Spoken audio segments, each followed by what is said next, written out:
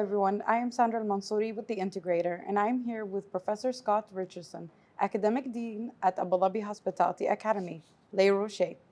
We are here at the 7th Annual Commercial Strategy Conference, MEA, in Dubai. Professor, thank you for joining us today. Thank you for having me. How are you? Very well, thank you. Yeah, it's great to be here. Amazing. We're going to just jump right into the questions. We have quite a long day today for both of us, of course. Sure. So now, Professor, your panel discussion highlighted some exciting food and beverage innovations. What do you think is the most impactful trends in this area for the hospitality industry in the coming years? Look, I think the food and beverage industry has changed a lot. And I think here in Dubai and Abu Dhabi, I think it's at the forefront of food and beverage trends globally. I think we're really seeing this trend towards fusion. So taking different cuisines, fusing them with other cuisines, and coming up with new and exciting and innovative menu items. I think the other interesting thing as well is dining isn't now just about the food. It's around a lot of hospitality. It's around experience. Yeah. So the experience that you have at the restaurant, whether it's from the moment you enter, to the way the waiters interact with you, to the ambience within the food and beverage establishment, are all just as critical as the food itself. Yeah. I completely agree with that. It kind of brings people together, let's say. Jumping to our next question. During your session, you did discuss some of the strategies that are reshaping the industry. How do you see educational institutions like Les Roches helping to drive these changes in the food and beverage sector? Look, I think working with our industry partners, working with other culinary schools as well, I think we can be at the forefront of innovation, and we see a lot of talk today around AI and how AI is changing lots of things. I think AI is going to help us not only in areas such as strategy, but things like menu design. So I think we're going to start seeing a little bit more of technology coming into the kitchens. Wow. I think we're going to see more chefs using different types of technologies in their cooking as well. But at the end of the day, I think it's really, as I said in the previous question, it's about defining that experience for the guests. So it's identifying, one, the menu, what is it that people want in the restaurant, and what differentiates you from the thousands of other restaurants that are around. But at the end of the day, people remember the experience. And whilst, if the food's not 100% correct, but they've had a great time, they're more likely to recommend the venue to someone else.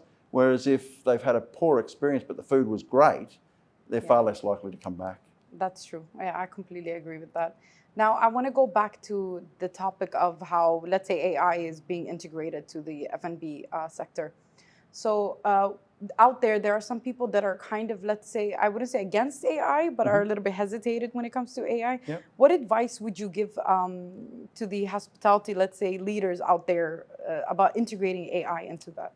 Look, I think we've all, it's very new, AI. It's come along very rapidly. I think we're probably quite right to be a little bit concerned about where it may go in the future.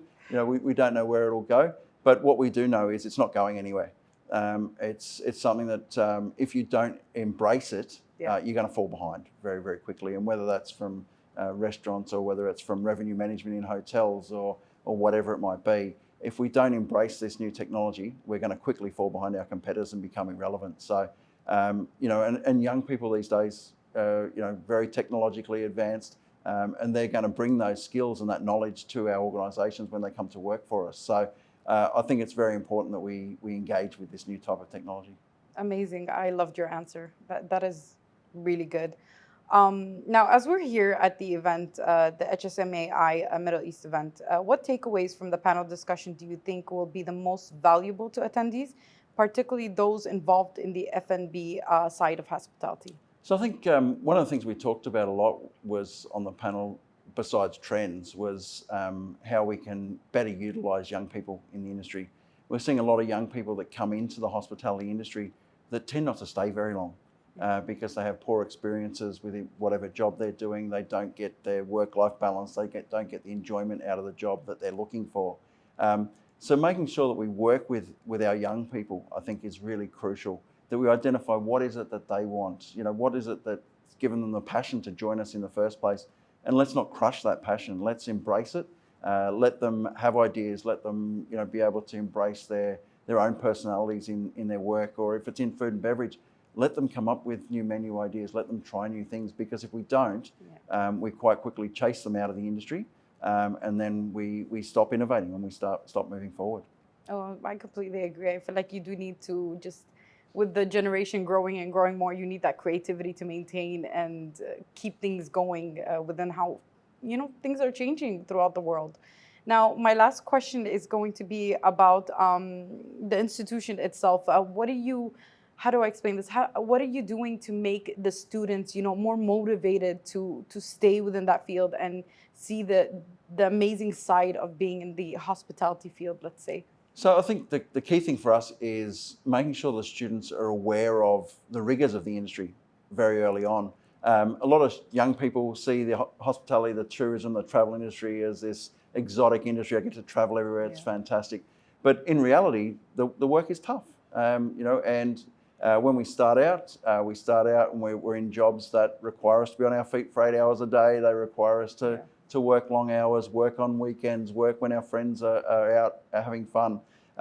So really, I think the industry has to look at young people. We have to obviously give them an opportunity to find that work-life balance. So at the Academy, we're making sure that we work very closely with our industry partners. Wow. We're always bringing our industry partners into the classroom. So our students in their first semester are introduced to industry from the very first day.